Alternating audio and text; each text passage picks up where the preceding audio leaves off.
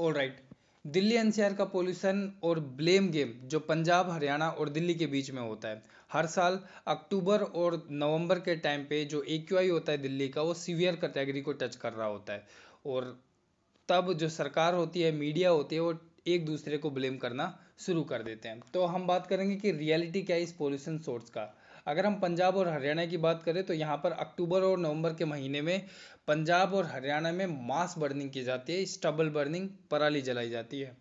इसके साथ साथ नासा की सैटेलाइट ये बात क्लियर करती है कि यहाँ पर बहुत सारी थाउजेंड्स ऑफ फायर्स होती हैं, जिसकी वजह से नॉर्थ इंडिया का जो धुआं है वो दिल्ली की तरफ एंटर करने लग जाता है, और ये धुआं जो दिल्ली में आकर स्मोक बन जाता है और दिल्ली की एयर क्वालिटी को और भी ज़्यादा ख़राब कर देता है। अगर हम दिल्ली की बात करें तो दिल्ली के अपने खुद के भी कुछ फैक्टर है, जैसे वहीकुलर एमिशन, जो कि दिल्ली की एक्यूआई में 30 से 40% का कंट्रीब्यूशन करती है। दिल्ली में अपने खुद के कंस्ट्रक्शन डस्ट भी होते हैं, इंडस्ट्रियल पोल्यूशन भी होता है, हाउस होल्ड बायोमासेज जो कि बर्न किया जाता है। मतलब दिल्ली की अपनी खुद की रेस्पॉन्सिबिलिटी भी होती है कि उसे कम किया जाए। अगर हम इस सारी चीज़ों को देखने के बाद ब्लेम गेम पैटर्न की बात किया जाए, जो हर साल होता है ये ब्लेम गेम अक्टूबर और नवंबर के महीने में, मतलब दशहरा और जो दिवाली होती है उस समय पर ये ब्लेम गेम खेला जाता है। दिल्ली गवर्नमेंट का कहना है कि 80% जो पोल्यूशन है दिल्ली का वो पराली के जलने से होता है, इसलिए जो पंजाब है और हरियाणा है इसको वो दिल्ली ब्लेम करता रहता है। पंजाब और हरियाणा गवर्नमेंट बोलती है कि अगर दिल्ली के अपने खुद के वहीकुलर और इंडस्ट्रियल का कंट्रोल हो जाए तो ये प्रॉब्लम, दिल्ली की एक्यूआई की प्रॉब्लम सॉल्व हो जाएगी।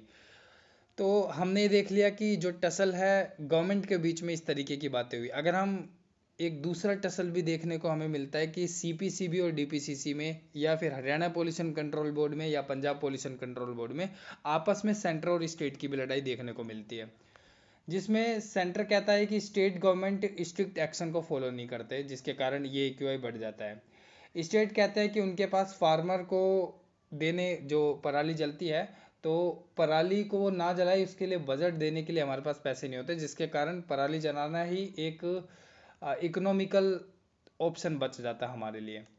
अब हम बात करते हैं कि ऐसा क्या रीज़न है कि जो फार्मर है वो स्टबल बर्निंग करते हैं। ऐसा भी तो हो सकता है कि वो स्टबल बर्निंग ना ही करे।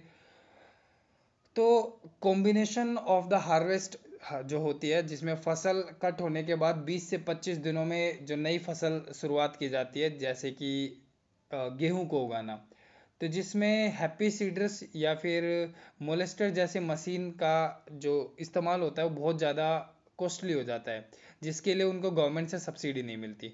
सब्सिडी इसके लिए लिमिटेड होती है और ग्राउंड लेवल पर जो अवेयरनेस है लोगों के अंदर वो भी बहुत कम है।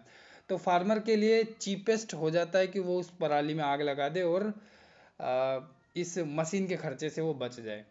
और ये ट्रेडिशनल विज़न है इन लोगों का कि अगर हम खेती में इस चीज़ को पहले जला देते हैं तो जलाने के बाद जो मिट्टी के जो न्यूट्रिशन है वो इंक्रीज हो जाते हैं, ऐसा वहाँ के फार्मर का मानना है। तो ऑल ओवर क्या हुआ कि हमने तो इधर इम्पैक्ट देख लिए। तो इम्पैक्ट क्या हुआ इस ब्लेम गेम का, इस ब्लेम गेम का रियलिटी में इम्पैक्ट क्या हुआ। तो इसकी वजह से कोई लंबा सॉल्यूशन देखने को नहीं मिल पाता। ये हमारे अक्टूबर और नवंबर का जो महीना है ये हरदम सीवियर कैटेगरी में हमें देखने को मिलता है। इस ब्लेम गेम में ही इस एक्यूआई को सुधारा नहीं जाता और ब्लेम गेम से ही कंटिन्यू इस चीज़ों को होने दिया जाता है।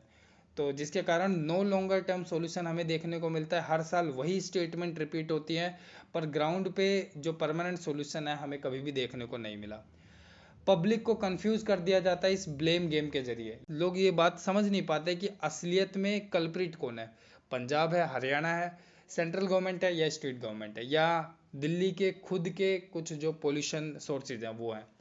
इसी में ही पॉलिटिकल माइलेज वाला एक शब्द आता है, जिसमें जो गवर्नमेंट है वो ब्लेम जो है वो शिफ्ट कर देती है किसी दूसरी गवर्नमेंट पे और अपनी अकाउंटेबिलिटी को अवॉइड करते हुए दिखाई देती है स्टेट गवर्नमेंट पोल्यूशन को लेकर। अगर हम सॉल्यूशन की बात करें तो पिछली बार अरविंद केजरीवाल जो दिल्ली के सीएम थे 2024 में, उनकी स्टेटमेंट कुछ इस तरीके से थी कि हमारी तरफ से कई सारे स्टेप लिए गए हैं, जैसे OD1, electric buses, anti smoke guns, water sprinkling, construction को बैन किया गया था, फायर क्रैकर्स को बैन किया गया था, लेकिन हमें कोई भी परमानेंट सॉल्यूशन देखने को नहीं मिला। तो अगर हम परमानेंट सॉल्यूशन की बात करें तो इसमें पब्लिक ट्रांसपोर्ट को और भी ज़्यादा स्ट्रॉन्ग करना होगा, इलेक्ट्रिकल व्हीकल्स को प्रमोट करना होगा दिल्ली के अंदर, और जो वेस्ट बर्निंग है उसको लेकर हमें स्ट्रिक्ट एक्शन लेने की ज़रूरत है। अगर पंजाब गवर्नमेंट के रिप्रेजेंटेटिव की बात करें तो उन्होंने बोला था कि फार्मर को डिमोनाइज करना सॉल्यूशन नहीं है, जिसमें हमें फाइनेंस जो फार्मर्स है उनको फाइनेंशियली सपोर्ट देना चाहिए, सब्सिडी देनी चाहिए जिसमें वो हैप्पी सीडर्स जैसी मशीनों का अफोर्ड कर सके। वहाँ के फार्मर्स को क्रॉप डाइवर्सिफिकेशन को सिखाना होगा, जिसमें राइस की जगह मेज़ या पल्सेस को भी प्रमोट करना उन्हें सिखाना होगा। वो एक ट्रेडिशनल जो खेती चली आ रही है उसी तरीके से वो करते आ रहे हैं पंजाब के फार्मर। बायोमास पावर प्लांट को सेटअप करना होगा जिससे जो स्टेबल बर्निंग है और जो स्टेबल बर्निंग से जो एनर्जी क्रिएट की जाई जा सकती है उसको क्रिएट की जाई जा सके, और पोल्यूशन की इस प्रॉब्लम से सॉल्यूशन लिया जा सकेगा। हरियाणा गवर्नमेंट के रिप्रेजेंटेटिव ने भी कुछ इस तरीके की स्टेटमेंट कही थी कि हरियाणा में हमने काफ़ी कुछ पॉजिटिव स्टेप्स लिए हैं और भी ज़्यादा स्टेप्स लेने की ज़रूरत है, जैसे स्टेबल टू फ्यूल का एक्सपेंशन, जिसमें उन्होंने ये बोला कि हम स्टेबल से फ्यूल को जनरेट करेंगे, और फार्मर के लिए स्ट्रॉ मैनेजमेंट कोऑपरेटिव बनाएंगे जिसमें ये आपस में एक दूसरे के साथ कोऑपरेट करें और फार्मर्स में क्रॉप डाइवर्सिटीज़ के बारे में ये भी जान सकेंगे। Cities main vehicular pollution control किया जाएगा, जिसमें सीएनजी और इलेक्ट्रिक व्हीकल को अडोप्ट करना शुरू किया जाएगा। अगर हम सेंटर और CAQMS के रिप्रेजेंटेटिव की बात करें तो सब स्टेट को ब्लेम छोड़कर आपस में एक दूसरे को कोऑर्डिनेट करना होगा, ऐसा स्टेट का कहना था। नेशनल लेवल पर क्रॉप डाइवर्सिफिकेशन पॉलिसीज़ को फॉलो करना चाहिए सभी स्टेट्स को, ऐसा सेंटर और CAQMS के रिप्रेजेंटेटिव का कहना था। Long term air quality index linked action plan जैसे ग्रैप का स्ट्रिक्टली इन्फोर्समेंट करना काफ़ी ज़्यादा ज़रूरी हो जाता है, ऐसा स्टेट का कहना था। स्टेट को जॉइंट टास्क फोर्स के हिसाब से चलना चाहिए और अपनी जिम्मेदारियों को निभाने की कोशिश करना चाहिए on the basis of the joining hand.